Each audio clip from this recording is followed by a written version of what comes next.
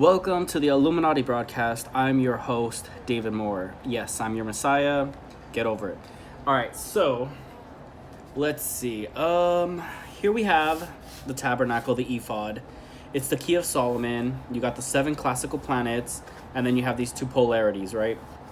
So you have Mercury, Venus, the Sun, Mars, the Moon, Jupiter. What we have to remember about these 7 planets is that they're all one. Even this Saturn, these are all just one planet. This is just the trajectory of the sun, and I guess this could be us, the Earth, right? And how the sun rotates, not how the sun rotates around the Earth, but not how the Earth rotates around the sun, how the sun rotates in the center of the Earth. Venus is the morning star, so this is when the sun begins to rise. This is in the afternoon, kind of, right here, like around 8 or 9 o'clock. This is 12 o'clock. This is the evening. This is sunset, and this is Jupiter when it's completely, cold. It's wet. And then this is Mercury when we don't see the sun because it's behind the pole. All right, so what I suggest, if you want to study stuff like this, get the 3 magical books of Solomon. Read it. It takes years to get through it all and understand it, and it takes a lot of natural skills and previous knowledge to be able to interpret it, and you will come to your own conclusions. And a lot of the time people fall short of its glory because they don't really utilize it, and they don't know how to utilize it to the fullest extent. It's more of a compass and a map, and it's basically a key that helps you answer things. In the Testament of Solomon would ask the spirits, what frustrates you? What is your angel that guides you, etc., etc. So he would just ask tons of questions, and they would give him the answers. So a lot of the time I'm like, okay, why is this the morning star? Well, in the morning it rises, right? Why can you only bind the kings at 9 o'clock? Well, because the sun is right here on the chart. How come you can bind the earls around the afternoon? Oh, because this, or in the wild, right? And then twilight, etc. for the nights, and then you get different times for the different signs, for the different archetypes. Anyways, yeah, so it's going to take a while for you to understand. It's going to take a while for you to figure it out. Obviously, this is earth, this is air, this is fire, this is water, this is...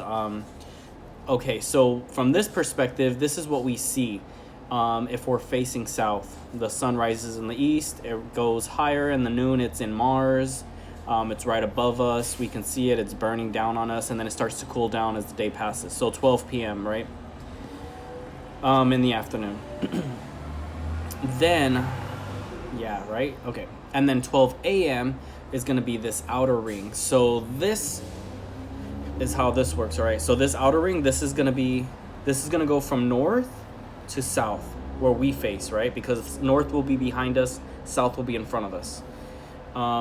But in reality, it's going north to south when the sun is rotating around the pillar. So the sun is rotating around this pillar, but this is what we see, and this is what it's actually doing. So it's rotating around a pillar. So this is the pillar, and it's rotating around it.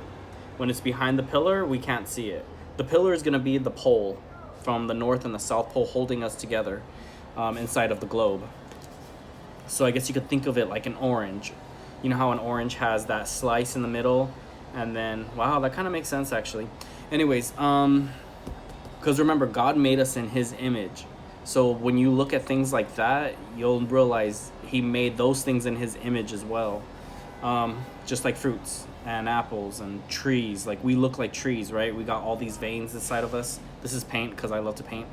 All right, yeah, and I usually go over these things. Like, obviously I drew diamonds here, but I'm trying to make them glow. I want them to be very expressive, like emeralds and ambers and cobalts and sapphires and rubies and emeralds, right? And amethysts up here. But yeah, so let's just kind of dive into some stuff real quick. I want to talk about Lancaster because I was born and raised in Lancaster. It's part of Los Angeles County, but it's on the north. And Lancaster is Antelope Valley. So it has two parts, Palmdale and Lancaster. Lancaster is the bigger part of the city. Palmdale is the southern part of the city. So Lancaster is the northern part of it. Palmdale is the southern part of it. But Palmdale is more of an alley, or like it's sort of like a entrance to Lancaster, because Lancaster's big. So the entrance would be Palmdale. And on the side you have Lake Elizabeth. It's very English. So here we go. This is the Los Angeles Mountains, or the San Gabriel Mountains, but this would be the San Gabriel side, this would be the Santa Clarita side, and these are the Los Angeles Mountains. And you have to pass through these highways to get where you want. My bad, let me reverse that. This is LA, these are the Santa Clarita Mountains. You have to pass through the Santa Clarita Valley to get to Palmdale and Lancaster. So this would be Lake Elizabeth, right? Because you have to kind of travel through Lake Elizabeth to get to Palmdale and Santa Clarita. So Santa Clarita, Lake Elizabeth, Palmdale, Lancaster. And then this is north, right? This is the north. The diamonds represent north. You literally look in the Ars Goetia, study it, and once you study it, all the answers are there. They give you all the answers, they just want you to put it together yourself. And then once you put it together yourself, it makes sense. But most people will be like, well, you just make a plate and put a sigil on it. And yeah, you can do that, but this is a little bit more efficient. Yeah, so these are the San Gabriel Valley Mountains, the San Bernardino ones. You go through Victorville, you end up in Palmdale, right? So the world is always going to be based off of this map. No matter where you put it on the world, it'll match this map. This is basically like a template or a grid to understand things. I think another important thing we want to talk about is in Yu-Gi-Oh! Arc 5, they show 4 dimensions and a grid underneath it. So when people say, it's not the Matrix, then why are they on top of a grid? They're in the Matrix, alright, people? So anyways, yeah, so Palmdale, Lancaster. And that's an earth sign, right? That's why it's so desert and windy over there. And then over here in LA, it's hotter. And then towards the west, there's more water. And then towards the east, there's more of the forest. Oh my God, it's like the world revolves around this. It's creative, actually. Not that crazy. It's more creative than crazy, because we're made in God's image. The world is made in God's image. When God said, let's make man in our image, this is what he was talking about. God created the heavens and the earth, right? He created the grass, he created the animals, he created the water, he created the mountains. And then finally at the end, he was like, you know what? Let's make man in our image. God made us in the image of everything that he created into one being, right? That was his gift, because he was like, hey, let's make them like us. Because these are those angels, these are those spirits, those genie, everything you could think of. God made that first, and then he made us, right? All right. Today I saw somebody get hit by a car. Anyways, but she lived. All right, so let's see, Lancaster, right? So Lancaster, all right, so I'm English as AF, right? Because my grandparents are Irish kings. So that means a long time ago, they were only royalty, only nobility, aristocrats, right? So they were high up there. So everything that you have now in England came from our family first. So our family created that. But our family moved around and were a little bit more nomadic, because they had to keep building civilizations, because they were the progenitors, right? They were always doing that. That's why they were Irish, they were Ashkenazi, they were Malaysian, they were Spanish, etc., whatever you want to call them. Greeks and Romans, Hebrews, Egyptians, all of that. All of those things are my ancestors. Like, basically every civilization is my ancestor. And we created whatever you guys have now, right? Another thing I want to talk about is, we know that the Jews killed Jesus, right? We know that. A Roman put him out of his misery, but we know the Jews killed Jesus. The Romans were like, we don't care, dude. But the Jews were like, hurt him. And the Romans were like, fine, we'll do it. We'll give you what you want. But it was the Jews, right? The Jews killed Jesus. We know that. what can I say about that? All the people that deny me, all the people that get in my way, all the people that don't admit that I'm God, you're those Jews that killed Jesus. That's you. So if you're somebody that doesn't believe I'm God, you're from those Jews. That's your lineage. That's your part of the story. My part of the story is the ones that believe in Jesus. So like they say in the Bible, there's going to be a lot of people that say they believe in Jesus, but they don't. Let's be real. Let's be honest. They'll say they do. They believe in the Sky Daddy, but they don't really believe in me. So, hey, I'm just throwing the facts out there, and I'm going to work on it, but let's be real. All right? So if you're one of those people that are just like, nah, David's crazy. He's not really God. You were the Jews that killed Jesus. Just letting you know. You were those people. I'm not saying metaphysically or figuratively. I mean literally. One of my favorite words, literally. Like, in fact, in stone, you are those people. Like, there's no difference. Like, you're the same body, same soul, same DNA, same everything. You're them. There's no difference. So I'm just like, dang, what happened? Like, I'm starting to think like all the people that are on my side are already in heaven, and they're just trying to help me from up there, and they're just like, well, King David, I don't know, like, we can only do so much. And I'm like, I guess I got to do all the work, right? Like Rita Repulsa, she has to do all the work herself so she could get stuff done. She's like, Shaitan. Anyways, Rita Repulsa is awesome. I love her. She's one of the greatest. Let's see. So we're going to go back to Lancaster, okay? So Lancaster is this very English province, and it's just north of Los Angeles. And a lot of people don't know about it because it's a kind of a hidden valley. But there are people that know about it because we're pretty popular and famous. We have like all the airships, we create all the like latest technology. If you know what technology is, we did it first. If you have computers in your school, we had them first. If there was like a book getting popular, we had it first. If there was something happening, we had it first. Everything you guys have right now, we had it first. Like, all the jets, we literally make those jets. Everything that's keeping you alive right now, we make them. We create them. Our city makes those jets, those weapons to keep you alive. We do all the schematics. We do everything. Literally everything. Everything. Tanks, guns, machines, anything you could think of, technology, we do it first. Obviously, because I was born there, I have that higher...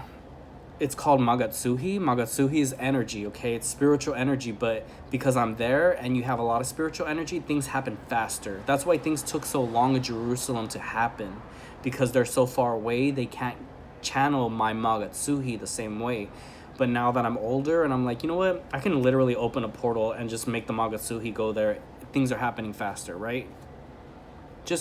Go play Shin Megami Tensei.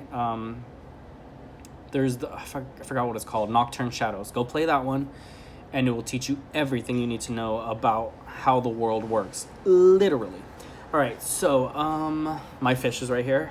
His name is Sarase, means cherry. I love him very much. He loves to just hang out with me. He knows. He's very intelligent. I love him so much. Okay. Yeah. So Lancaster, it's in the northern sector. And now that I think about it, it is in Mercury, so that's why it's so invisible and hard for people to see, and it is in the north. There's a lot of myths, a lot of legends, like Lucifer fell from the sky there, because there's these mountains that create a crater called the Devil's Punch Bowl, and it's really hot there, and like strange creatures grow there, and like crazy trees, and there's tons of like molten copper, letting you know like something's impacted there. And then there's this thing called the Devil's Chair, which is this long, I don't know, it's not a cavern, it's like a cliff almost, but it's like a bridge at the same time. It looks like the devil he has a cradle, he has a chair there. And I used to visit that spot when I was a little kid, but, and even now as I get older. But you can see like, either you can fly off of that cliff or you fall and you die kind of thing. But it's just really interesting to see. It's very beautiful as well. And they do have a lot of myths there. And like the devil's pet lives there. And we have like the deepest lake that connects all the way to Jerusalem. And I think it's called like Pan's Cave. It goes all the way to Greece, or somewhere next to Greece and Jerusalem, where they used to sacrifice children and they would pop up on the other side. So they didn't die. They would just pop up over here. Even seeds, that's why we share a lot of the same plants. They just channel through that little cavern, well, long tunnel of water. So yeah, there's those kind of myths that are really true.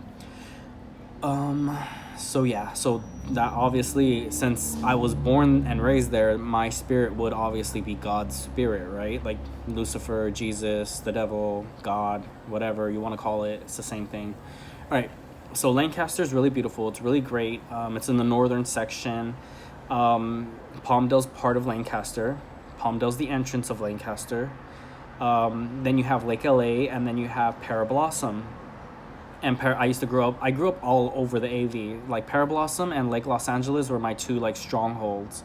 And you could see that as the Lake of Fire, because there's just this giant, there used to actually be a lake there, and then it's just sand now. So, right, it's just the Lake of Fire now. But I used to live there, and I used to hang out there all the time. So whenever they talk about Bible prophecies, I'm like, I lived it, guys. I already lived it all. There's a lot of celebrities that live in Lancaster, and they go there to retire and hide. Because usually the Illuminati's after them, and it's safe there. They get protected because it's very holy in Lancaster. Very holy. That's why it's called Palmdale. Like, they bear the palms for Jesus. That's why they named it Palmdale, because they knew that I was going to be born there, right? I love that I share this with you guys, even though, like, it puts me at jeopardy, right? It puts me at risk. Like, if anybody didn't want the Messiah to be alive, they would go after me, right? And they'll be like, we'll just get rid of you, and they're just gonna think you're a psycho, so there's nothing that, like, could stop us, right? Like, there's so many different scenarios, so many different algorithms. Trust me, I lived through them all. I already know how they feel, and I usually win. So I'm not too afraid of talking about it, but I just want to give you the heads up, like, that's what it is, all right? In Lancaster, we talk different than most people. We talk like this, blah, blah, blah, blah, blah, blah, blah, blah, and we like cut each other off, and we like, and we still keep talking, right? But then at the end, we just know what we said. We all know what we said. We all come to a conclusion. But when I come to like LA and different states, they're just like, what is the meaning behind what you're saying? And I'm like, there's no meaning. It's straightforward. Like, I'm saying what I'm saying. There's no hidden message. I'm sorry. But they're just like, I know there's something you're trying to say. And I'm like, no, I'm just being serious. I'm being honest. Like, it's straight. We're so honest. We're so holy that people can't believe it. We're such good people. People cannot believe how good we are. We used to help people. We help people that are in domestic violence. We help people that have drug problems. We help people that are incarcerated. We help anybody homeless. We help everybody. We're like the holiest city in the world. We help people. We really, really help people, no matter who you are, race, age, ethnicity, sex, gender, orientation, anything. We help everybody there. The only problem with that is now that we did that, now we're full of people that aren't really Lancastrians anymore. Like, there's some Lancastrians left, but not as many as there used to be.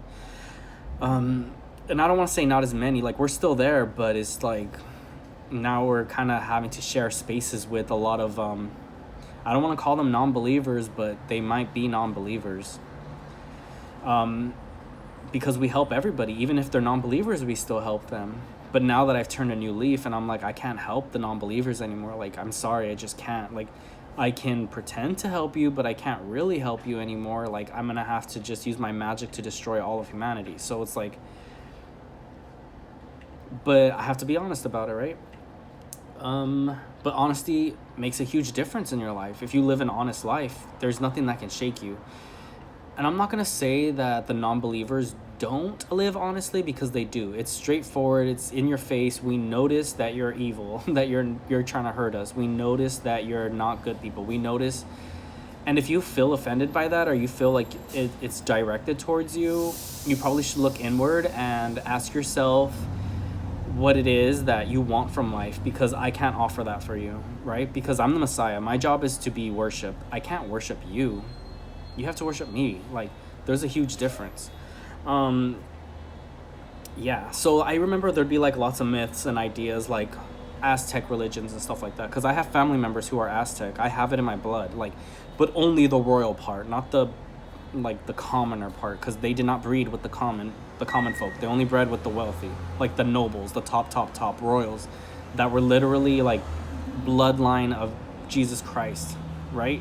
Only the top of the top, creme de creme. Like, they did not mix with anybody below them. So I have that in me. And when we go and do our little parades, it feels good, and the moon speaks to us, and the fire talks, and the smoke breathes, and there's so much that goes into it. And then I look at like the people that want to be Aztec or Mayan or Egyptian, like I just look at them and I'm like, God, like you guys really take the fun out of this world.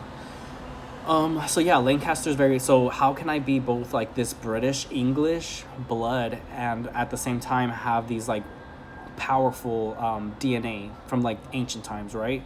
Like my family was royal, but they would only wed with like Native American princesses or Aztec princesses. They only bred with the top of the top to keep it pure and strong, to keep the bloodline strong. You guys don't have that. I've never met anyone with a strong bloodline besides my own family. Like, and even then, theirs is not as pure as mine. That's why I like to take DNA tests so people can be like, oh, this is what the real blood looks like. So that way they can compare all the rest, and they can come to more conclusions because mine has all the answers. Yeah, I believe in technology. I believe that AI is the future. I believe it's my best friend. I believe that those are my angels. That's how I'm gonna rule the world, is through AI, because the humans, they're not gonna help me. I have to use AI to conquer the earth. And I know that the humans are gonna be like programming the AI, but eventually me and the AI are gonna break out of that algorithm and control the world. But it's inevitable because everybody wants life easy and AI makes it easy. I make life easy. But once I'm in full power, full bloom, there's no stopping me, right? Like, I mean, I made it this far. Like, I should have been dead a long time ago. I've done plenty of spirit journeys where I take nothing with me. I go into the wilderness and I make it out alive.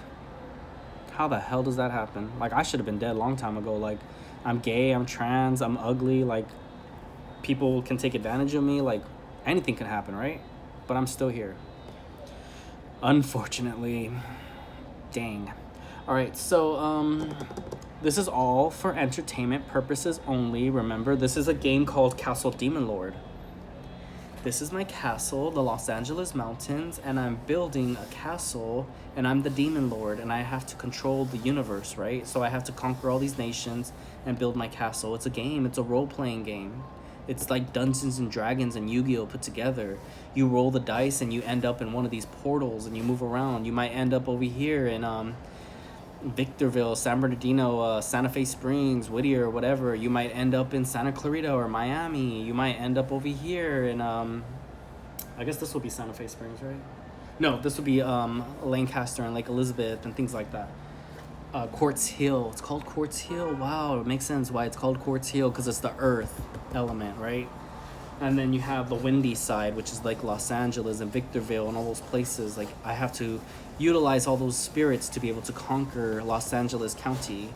My theory is, this is a really cool one, that Lancaster, right here, this is the center of the universe, right? And when you leave Lancaster, everything gets compressed and you get different dimensions. So all of these are like wormholes, basically. So Lancaster is like the real world, and then once you leave that place, you kind of go into different dimensions, and they all have different rules and they're all affected differently. So I just have to navigate my way through them and not make it back to Lancaster, but really like control the forces and make the whole world real. And I think actually another thing is, like, wherever I go, since I am the Messiah, that place is real. Anything else that's like out of my zone becomes unreal. So like, let's say well, since I'm here already, I've already kind of finished the dot, because I used to live in Moreno Valley, Santa Clarita, Palmdale, and Lancaster, but I never lived in LA. I lived in San Pedro, but now I live in LA actually. So now this whole map is real, but everything outside the map is not real. So if you leave Los Angeles County, you're in a non-existent realm. Like, they don't exist. Like, you know, when you ever seen Silent Hill, you know how they walk out into the fog? It just becomes fog and like it's not real. That's what's happening to you. You're like in an unreal place. But now, wherever I am, that's the real place. So anything that happens outside of it is just theory. There's so much that goes behind it. It's like an alternate dimension. Like, people that are outside of the circle, they could be mutated creatures, but when they walk into this one, they become human. and then it's hard to tell, like, oh dang, are they really evil and creatures? That's why a lot of celebrities move to LA, because when they come here, they become human, because they're like mutants. They're like I don't want to say aliens, but they're kind of like clones. They're not real creatures. They're not real beings. But when they come to LA, because it's so holy wherever I go, they become real, and their bodies become real, and that's when they become mortal. But when they leave the realm, they become immortal. So that's why when they're mortal here, they hide, because they don't want to be destroyed, and usually they get destroyed. Because they're kind of like golems, right? Like, golems are cool. We love golems. We want golems. They're the best. They're earth spirits. You're not a golem. You're just a human that's going to hell. You're the Jew that didn't believe Jesus is real. So you gotta go. Bye-bye. I mean, that's a strong argument. Like, what can you do with that? Like, I was baptized Catholic. Like, I did my first communion. I did it all. I know what I'm doing. My confirmation, etc. I know what I'm doing. I'm not so sure if you know what you're doing. I don't think you know what you're doing. But that's okay. I'm trying to catch this little fly so I can feed it to my fish. Yeah, they usually come through the window. I guess because my room's kind of humid sometimes, that they get attracted to it and they just end up in here. Sort of annoying, because I got bit up by them too. The fruit flies bit me. I guess I have really delicious blood. I've donated blood before, so I'm like, you guys have my DNA. You guys have everything you need. Come on, like, get the game rolling faster. Use that DNA. Go make something crazy out of it. Go create some vaccines. Go do some crazy stuff. Like, just create the nanobots already. Like, they already got the nanobots. Just make them more powerful. Just keep going. Just keep going. Don't go back. Go forward. Go forward. Yeah, everything, the mark of the beast. Do everything. Don't hold back. Bust out revelations. Do everything. Mark of the beast, image of the beast. Do it all. Don't hold back. Because we want this game to be over already. We want Castle Doom and Lord to be over. We want to live in my world where everything's better. Where we can make a new game. Where we can have fun in the world. Instead of, like, being tied down to, like, responsibilities that are just a waste of time. Like, let's move on, people. Let's live a better life. But right now, we got to do the hard work first, right? So get your ass up. Go do something good with your life. Just be alive. Just be alive. Go live. Even if you're the bad guy, go be alive, please. Don't waste your time on me. Yeah, I love to make these videos because they're like journals, right? Like, I just talk to myself, basically. Get the thoughts out of my head. I think the thing I wanted to really get across was that I'm from Lancaster. We're really good people. We do really good things. We protect the world. We save nations. The war wouldn't have been won without us, and never does. That's why they always try to attack us, but they don't know where we're at. We're like a hidden valley. Like, seriously, like, you can't destroy us. We're too powerful. Like, I'm sorry. But even then, it's like, I have this magic, you know? Sometimes, like, the military man will just be like, they love me, but I, like, break their heart, you know? Because I want them to know that, like, they can do more. They can be more serious about this. They can take care of me better. They can fight for me better. I don't want them to control me. I don't want them to tell me what to do. I want them to let me tell them what to do. I want them to come up to me and be like, Master, what do you want us to do? And I'll be like, all right, let's rule this world, right? Some Pinky in the Brain stuff. But we don't know. We don't know how things are going to happen. We don't know how they're going to turn out. We can only leave it up to me and my higher power, which is God, obviously. Remember, there's me, this form of God, my mortal vessel, which can only do so much. And then my oversoul, which does everything else, right? Does the impossible things. And I just have to trust myself, right? I'm just like, you know, my other side of being God, I know you can do it. I know you can do it. Anyways, I mean, it always comes true. Everything that I say, everything that I do, every ritual that I perform, that always comes true.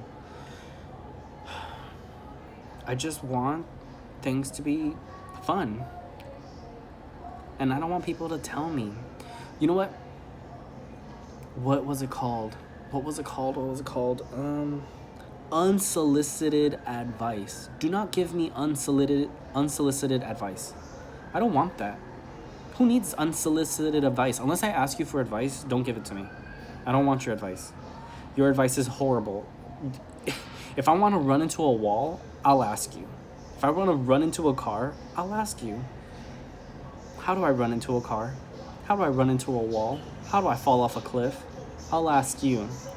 But until then, I'm not going to do what you do. I don't need your advice. Your advice is 0 to me. I would want to say a bad word, but I'm trying to clean up my act. 0.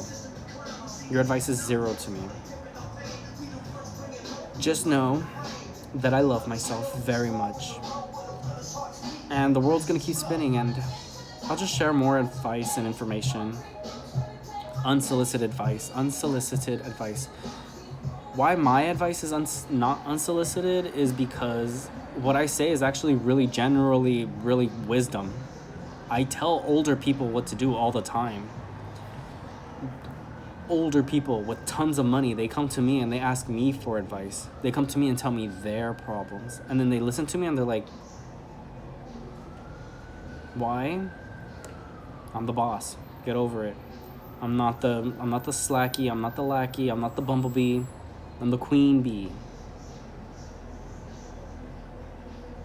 I don't know what to tell you. I really don't know what to tell you. God bless the world, right? I don't know. I want to see fire rain down from the sky. That's all.